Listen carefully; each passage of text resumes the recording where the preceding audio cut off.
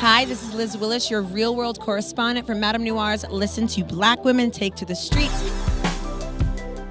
And today we are talking about entrepreneurship and driving that black dollar. Let's do it. We are here in beautiful Harlem today with Precious Bivings. Hi. Yes, full government. I love it with the eleganza, the drama. I love it. So many people believe that black businesses fail because of lack of education, resources, and customer service. What ways can we change that narrative around black businesses? I think the first step is to shift our mindset. The difference between people who have success and those who don't is that the people who do have success feel like they're entitled to success. Of course, it sounds like a filthy, dirty word, like something we're not supposed to have. But the truth is, if I feel entitled to success, then I'm going to move in the direction of those things that are successful, whether there be habits, thoughts, rituals, and even spiritual practices that help grow my opportunity for more success. There's this sense of formality when you deal with other black people that you have to be, hey girl, what's up? Like, that has to stop, because just because I'm another black woman or just because I'm rocking braids doesn't mean that the professionalism should stop, or it doesn't mean that when you come into my place of business that you should be that the way that you think is familiar to me. So I think if we get rid of that notion, we'll be in a better place. Got you. We're more critical of us because, of course, we mimic the behavior that was taught. And so typically our mothers were hard, our fathers were hard because that's what they were taught and that's what they were taught. So it's a generational cycle. If we look at slavery and we look at how we were taught, even taking a nap was considered a crime. Like you had to deserve a nap. And now a part of health and wellness is that we take the nap, because a part of taking a nap is a part of succeeding. It's a part of us being willing to succeed in that space, that I'm gonna not only hustle, I'm gonna grind, but I'm also gonna restore so that I can do it bigger and better the next go around. Absolutely. I want to thank and honor my body for doing what it's done for me, for getting me this far. I love that.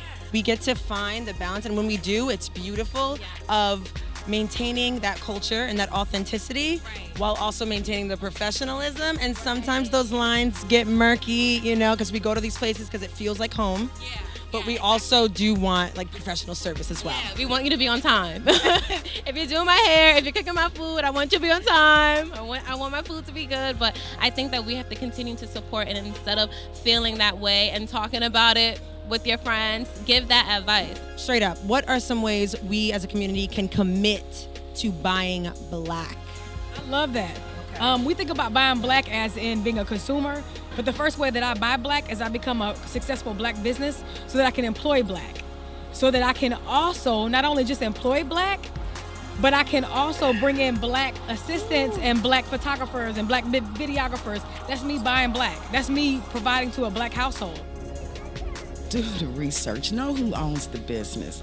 Don't just say, well, there's a black face there, so that must be it. Get behind things and know what you're looking at, know what you're talking about, know what's there. And I think if we do that, we would find that it's a lot easier to support black businesses than we think it is. Because now we're buying out of guilt. They're black, so I'm gonna buy. No, we don't just buy because you're black, we buy because you're excellent. And that's a standard that we have to uphold. My husband has a saying about his business. He said he doesn't employ 33 people, he employs 33 families. And because he employs 33 families, those families look for ways to support him, and tell people about him. And it just continues to spread. And all of a sudden, they know someone who knows someone that knows that that's a black business. How can we better support black women entrepreneurs? The best way to support each other is to reach out to each other and ask for the help. Like, even just to come here now, I was like, black women? Yes, I'm there. So we just need to be out there.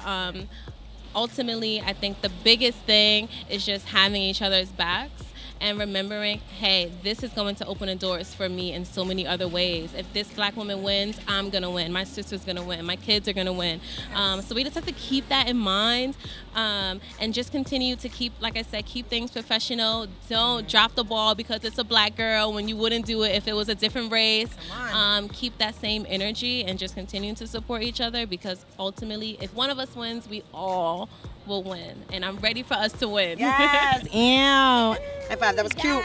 That was cute. I work for an organization that invests in small businesses. They look for angel investors who want a piece of the action. They don't necessarily want to control everything, but they want in on the ground floor.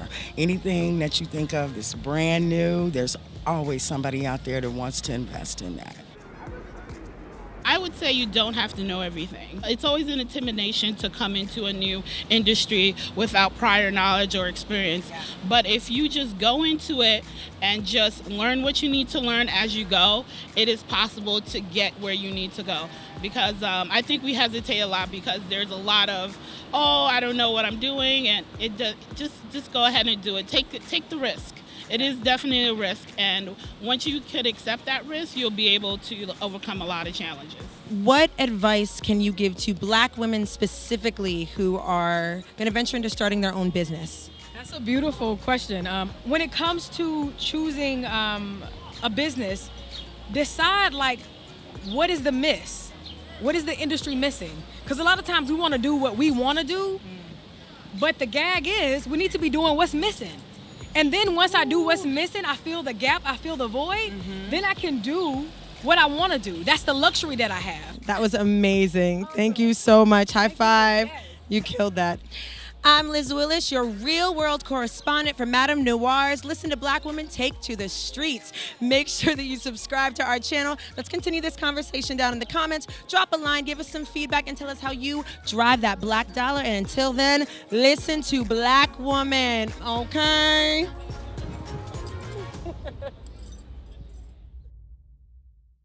I can always go back to what I know to be true.